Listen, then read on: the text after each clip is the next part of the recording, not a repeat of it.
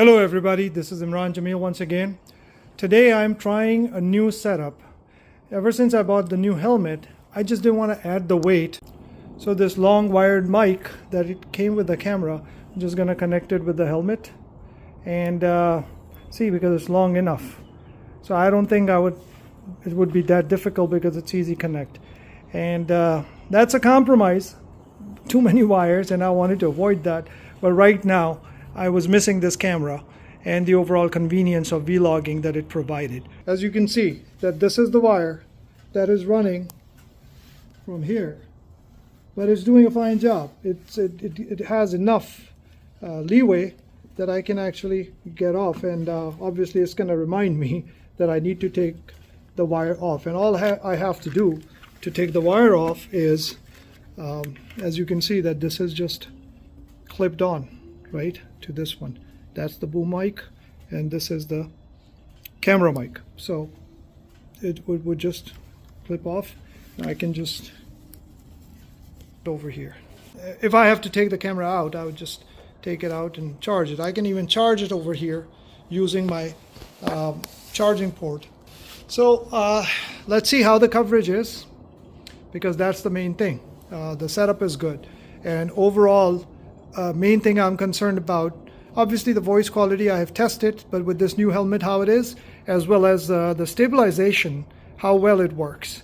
So we'll check it out, and if you like the video, please like, share, subscribe, and don't forget to press the bell icon, and please give some comments if you'd like to see something more, because I want to bring all these tips that I'm learning through my experience to all the riders, to make it easy for them so that they don't just continue to spend money over one thing or another, because there are several options, and everything that you lack in one device, there's another device for that. But should you be doing it, or at least try to take or give it a shot? Exactly, if you have something and you can do some workaround, just explore that. Just to take it off, I would disconnect it and I'm good to go.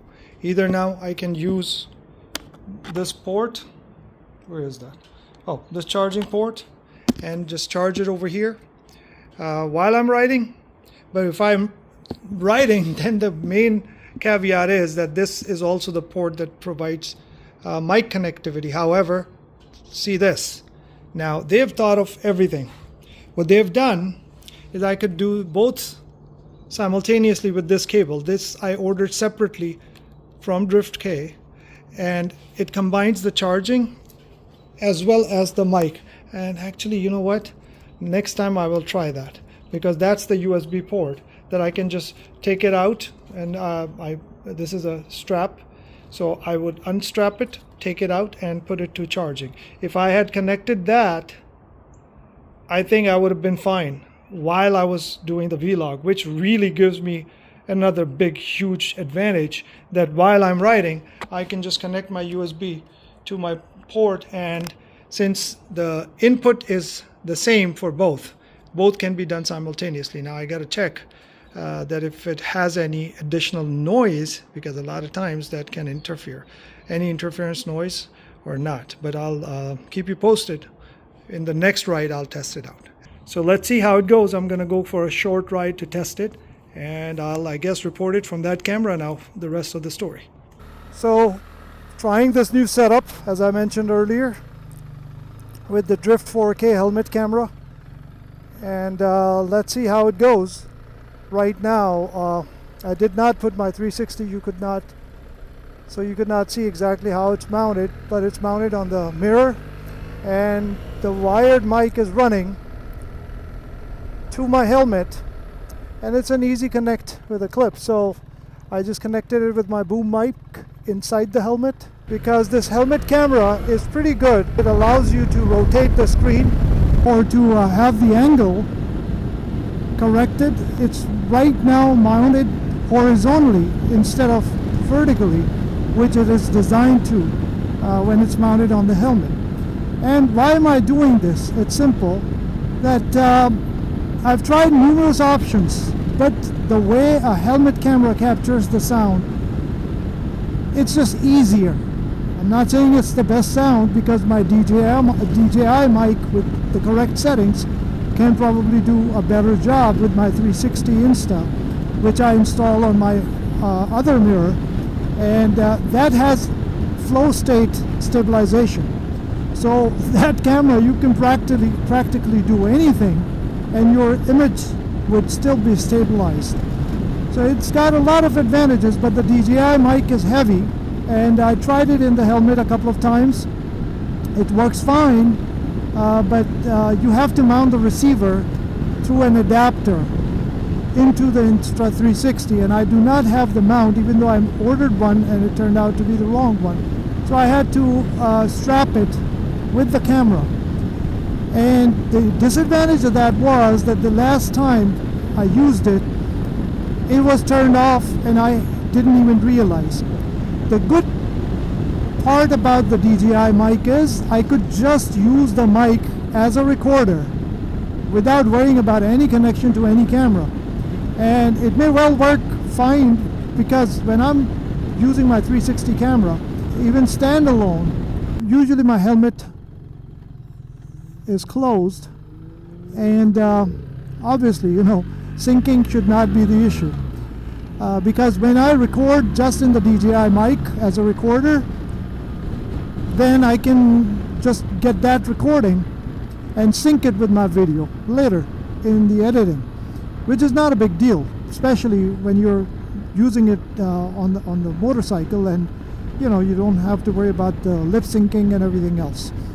So with this one, however, I don't have to do any hassle. If it works and the image is stabilized, it being mounted on the handlebar, then I'm good, because that way I can have multiple coverage and have clear sound without having to carry too much stuff in my helmet. So with this one, I have it wired, even though, but the wire is easily long enough for me to be comfortable and run it in my helmet while the camera is being mounted on my mirrors.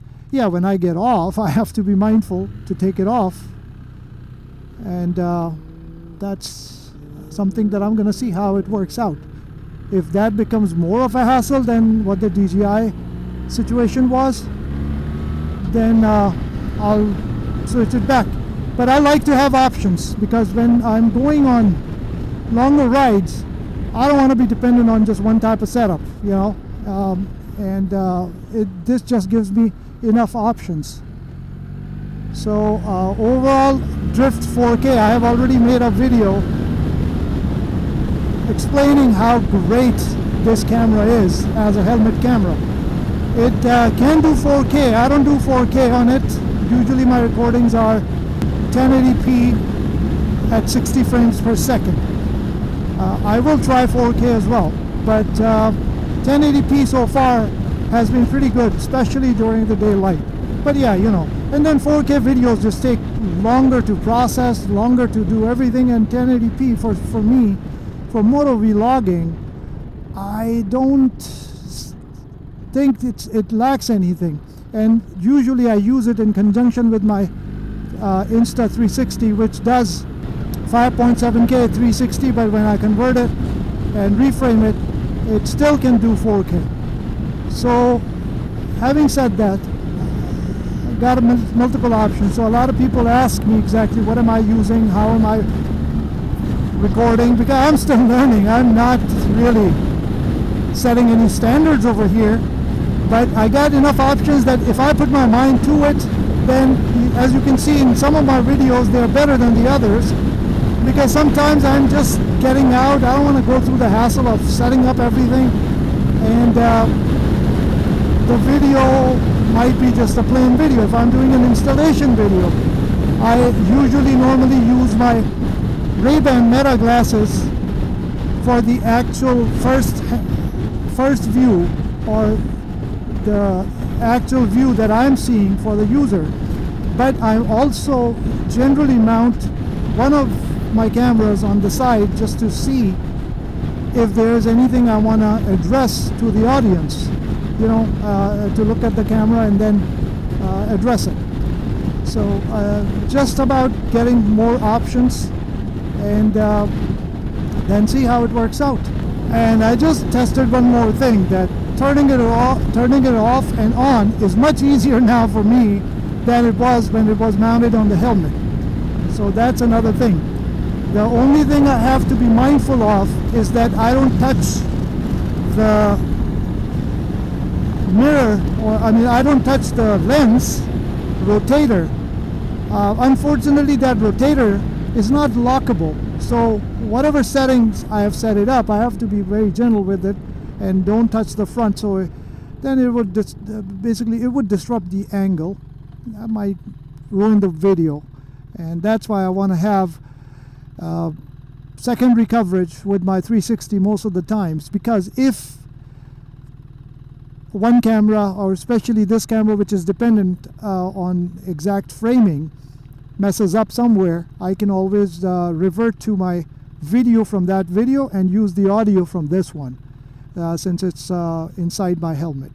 So these are some of the things that I am trying to test out and help somebody, because there are so much equipment available for everything, but sometimes you got to find a solution or a workaround with the stuff that you already have. Otherwise everything is just like me, I spend like crazy money just ordering one thing after another because one thing lacked something and the other covered it, but then I have both, and I wanted the first piece of equipment for something that it did better, but you know, there's a limit to it. Now I got a 360, I got a helmet camera, I got another 4K GoPro knockoff type camera which is outstanding. It's called Wolfgang, which I had never used for my moto vlogging. It's just my podcast or video chat or something that I use it for. And then I have my Ray-Ban Meta glasses, and just like what I described, I relied on those Ray-Bans for my overseas tour of 3 countries.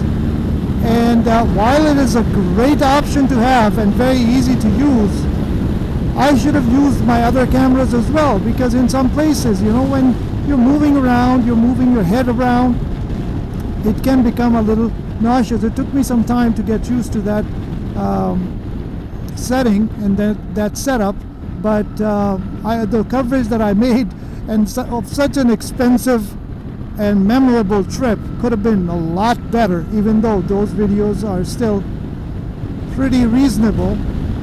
It could have been a lot better if I used my 360. That would have been awesome. Insta360 is just an awesome camera. Now they got the X4 come out.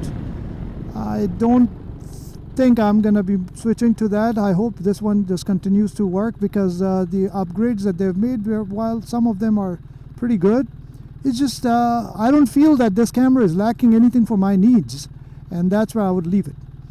All right, fellas, have a good one. Take care.